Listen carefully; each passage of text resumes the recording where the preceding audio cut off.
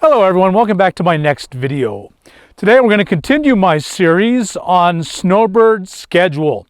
If you've decided that you want to be a nomad and you're thinking, okay, I've got my rig, I'm planning my trips, but where in the world am I going? And so one of the big questions you're going to have is, where is the best possible weather? If I live in a car or a van, I can't run in air conditioning all the time. Where do I go when it isn't really hot? Or I can't run heat all the time. Where can I go where it isn't really cold? So this whole series has been about finding places where you can go and be in a comfortable temperature year around. And you can. You can do it by becoming a snowbird. We're going to follow the ultimate nomads, the snowbirds, who fly thousands, literally thousands and thousands of miles every year. Well, we don't have to go as far, fortunately, but we do need to travel. We do need to move from place to place. We have this dream of finding one place where the weather is good all the time, and unfortunately those places are very few and very far between. But for most of us, the best choice is simply to move. And we've talked about not going north and south. You go up and you go down in elevation. That elevation is the key, the 3.5 degrees per 1,000 feet. So we're going to continue the series, and now I'm going to talk to you about where to go in the winter.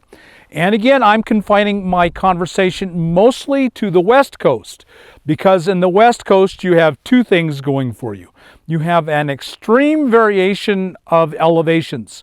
You can easily go and camp at 10,000, 12,000 feet, and then drive a few hundred miles and be at 7,000 feet or 5,000 feet or down at sea level or below sea level. I mean, if you want to camp below sea level, you can out west. So that's the number one reason I recommend the West Coast. The second reason I recommend the West Coast is there is so much camping. I mean, you can't throw a rock out here without hitting BLM or National Forest land where you can camp. That is not true on the East Coast, either of these things. You don't have the extreme elevation changes. There's only a couple places on the entire East Coast that go up to 6,000 feet, and that's as high as it gets anywhere. To my mind, the East Coast is not a place to be a snowbird. It's a good place to spend money to camp, but it's not a good place to be a snowbird and live for free as a nomad.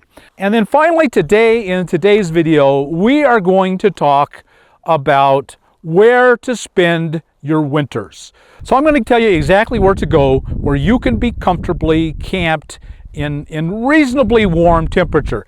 Now the desert can be surprisingly cold. I'm gonna admit that right to you right now. I have been in the desert when it was in the teens. If you compare it to New York City or a blizzard on the Upper Peninsula of the Great Lakes, I mean, if you compare it to any of those places, it's heaven on earth. So comparatively, it's warm. And so I'm going to recommend that you all come to the desert Southwest. You can go to Florida, but there's very limited camping. There is camping. There are utilities you can camp at in Florida, but it's limited, and you have to get permission. It's a completely different ballgame. Where I'm going to tell you are going to be places that will be reasonably warm, and you can at least stay your 14 days, and no one's going to be hassling you all the time about it. And there are lots of choices. Where can you camp in the winter and stay warm, and particularly in the desert Southwest, California and Arizona, and up to Nevada? I'll tell you some places in Nevada. Okay, well, I have a map, and I'm putting it up, and you can look at it there, and you'll see that there is a T, an upside-down T. And at the bottom of the T goes from San Diego on Interstate 8 across California and across Arizona and hits 10. 8 becomes Interstate 10 and then goes over to Tucson, Bisbee. So it crosses the entire state of California and Arizona. That's the bottom of our upside down T. And then about in the middle of the map, going straight up, almost in a straight line to the north, is the Colorado River. And it divides California and Arizona, and then up at the top it divides Nevada and Arizona. And so this is where you're going to find most of your camping. Along the Colorado River, on a north-south line, and across the bottom of California and Arizona, just north of the Mexico border. You're going south and low. The Colorado River has dug a hole, big trench, right down the middle of the desert Southwest, and it's one of the lowest places in the country. So we're going to start with the Colorado River. If you'll look at that map, at the top, it's up by Lake Mead, which is by Las Vegas, and there is a lot of camping up by Lake Mead. I'm not going to give you real details about the exact places to go. If you do a Google search on dispersed camping Lake Mead, it'll all come up. Let me tell you, the #1 source of information on where to go dispersed camping is a blog by a lady known as RV Sue and Crew. The Crew is her 2 dogs. She has camped in all the places I'm going to tell you about. She'll tell you about whether you get internet there. She'll give you directions how to get there. It's tremendous. To the west of Las Vegas is a little town of Pahrump. I am a Pahrump, Nevada resident. I love Pahrump. I've spent a couple of winters there. It's too cold. I don't recommend Pahrump. It's just too cold. Now, another problem across the whole desert is the wind. The wind is a big problem across the whole desert, but it's worse up around Las Vegas and Pahrump. I would rather be someplace more pleasant. Following the Colorado River Valley down, starting at Lake Mead at the top, there are several places along the way. There's Bullhead City, there's Kingman, there's Needles. Those are all okay. There's good camping around there. I would still go further south to get out of the wind, to get a little warmer. The first place that I strongly recommend to all of you is Lake Havasu City. It's beautiful. There's a lot of camping, really good shopping there. It's a great place to spend your winter. Going further south on 95, you will come to Parker.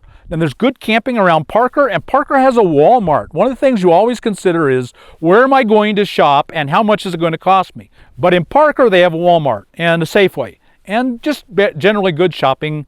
And there's good camping, particularly across the Colorado River on the California side. A little further south on 95, right on the Colorado River, you'll come to Blythe. And on the Arizona side, Blythe is in California, has reasonably good shopping. And across the Colorado River is Ehrenberg, and you've heard me talk at great length about Ehrenberg. And then about 20 miles to the east is Quartzsite. So I think of them as kind of a complex: Quartzsite, Ehrenberg, Blythe. And so any one of those, you can stay at an LTVA. There's an LTVA over by Blythe. And there's 2 LTVAs over by Quartzsite, long-term visitor areas. You pay $180, you could say there's for 7 months. And so that's a really good choice. I like Ehrenberg. One problem with the entire Colorado River Valley is it creates its own wind.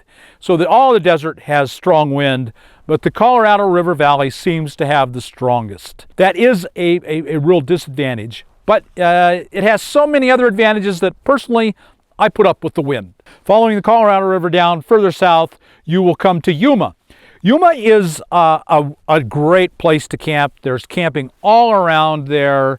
Again, I'm not going to go into details about where to go. I'll mention American Girl Mind. I'll mention Pilot Knob LTVA, Lake Mittry. There's tons of places to camp around Yuma. Yuma has the distinction of being the sunniest place in the United States of America. It has more days of sunshine than any other place. Okay, now Yuma is the bottom of our T, and it goes to the west and to the east. If you're looking at that map, it goes to the right and to the left. We will go to the left towards the west, towards the Pacific Ocean. First, you'll come to Holtville. There is a really famous hot springs there. There's lots of 14-day dispersed camping. There is an LTVA there, long-term visitor area. Good camping there. A lot of people I've known a number of people that spend their winters there. It's pretty warm. North of it is Slab City. If you go to Slab City, if you go from Holtville, you can drive right up to Slab City. And of course, Slab City is famous, you know about it. And I'm just hitting these major areas. There's dispersed camping all over around there. And I can't possibly go over it all.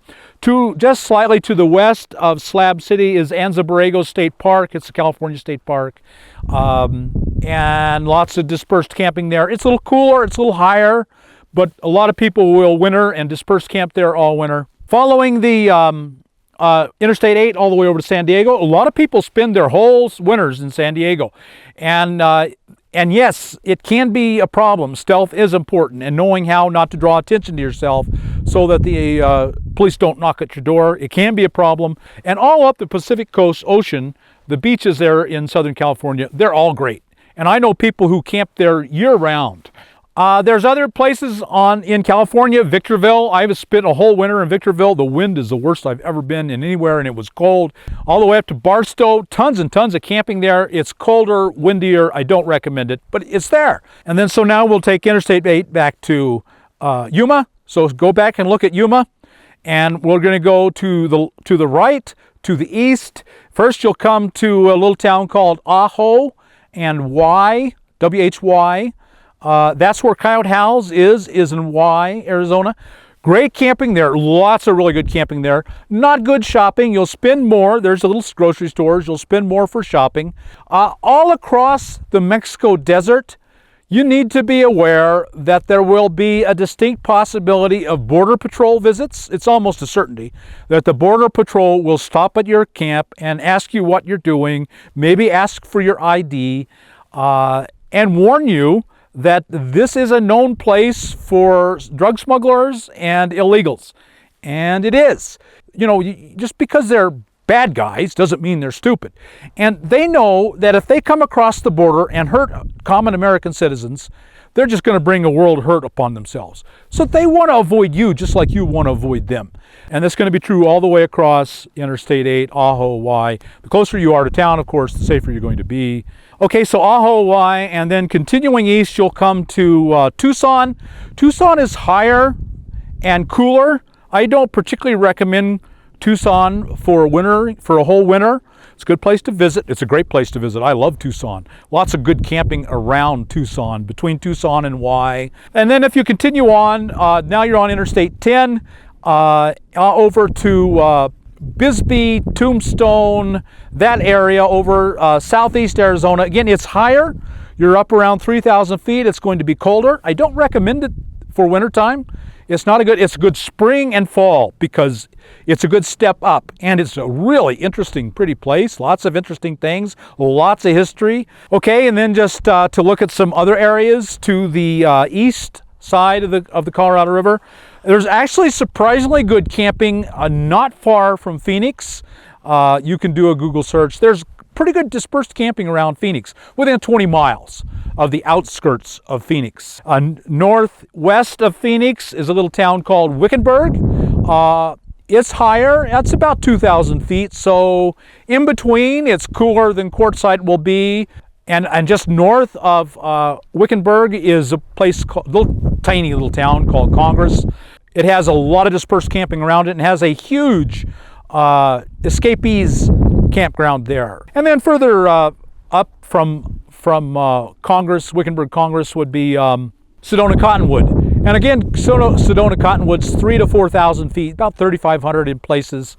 And again, that's too cold. You're going to get cold in the winter. Within 100 miles of the intersection of RT, that's the best place to spend your winter. So that's basically where you can go and spend your winters.